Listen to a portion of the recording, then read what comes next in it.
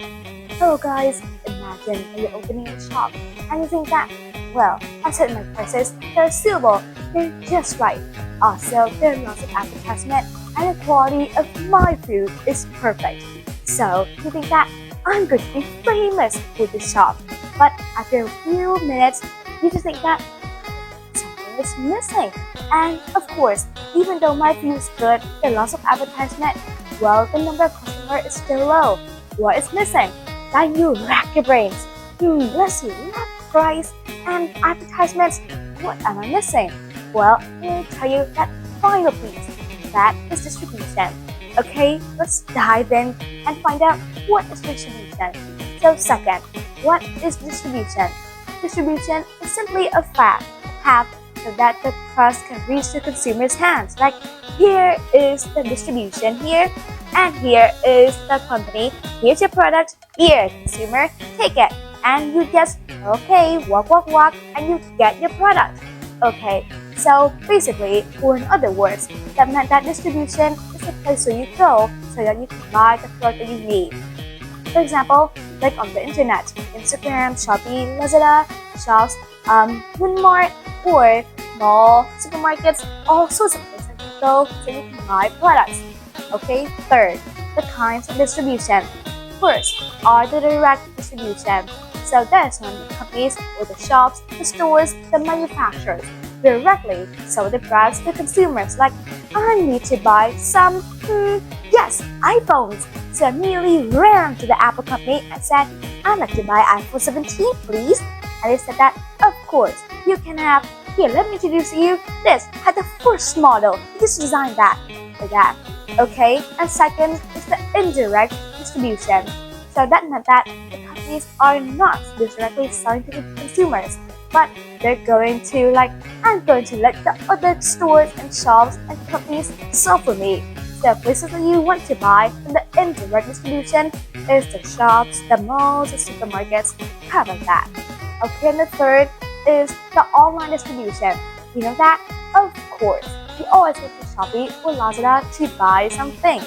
Like for example, 2 years ago, I buy a pair of slippers with the Princess Sophia sticker on top of it. Don't tell anyone, but it's beautiful. I like it because at that time I'm still small and I still like princesses. Anyway, let's get back now. So, I buy the product that's the slippers on Shopee. So Shopee is an example of an online distribution. Okay, and let's see what else. Oh, four. Why is distribution so important? So, let's see. First, it helps the consumers easily buy and find the product. For example, there are lots of places to buy my product, but what should I choose? There's so much places. I'm gonna choose Walmart. Enter, you easily find the product that you're looking for, and also increases the rate that the customer buys the product that they find. Okay, and second, it increases the revenue of the company. That meant that there are lots of places that sold the products.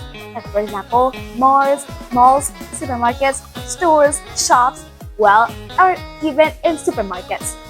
In markets, all those places sell your products. That means that you have lots of chances to sell your products to consumers. Okay, well, let's see what else.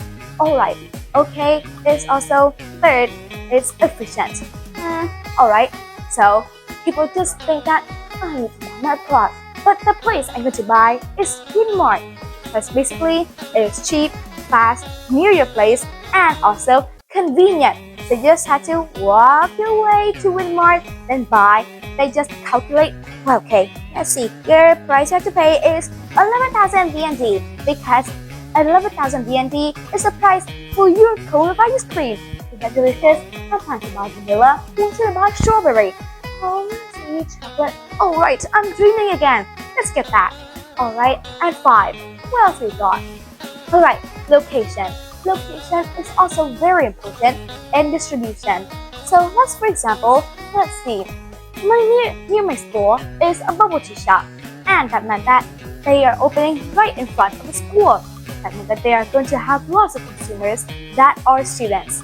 Or near my community, there is a supermarket that sells all things that we need. So that meant that if they sell near community, then they have lots of customers that will come to the place to buy the products. Okay, let's see what else. The location.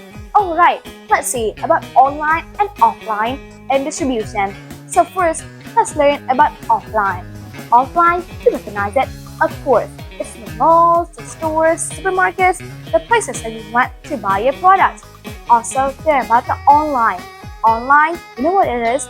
Of course, it's Tiki, Lazada, Shopee, the places on the internet you can search on your phone or tablet. I need to buy a pair of slippers in Sophia style. Alright, I'll choose this purple one. Okay, you understand that. Some companies even combine the two, online, offline. Here's online, here's offline. I want more customers. Boom. Okay, online plus offline. I have lots of customers. Okay, let's see what else.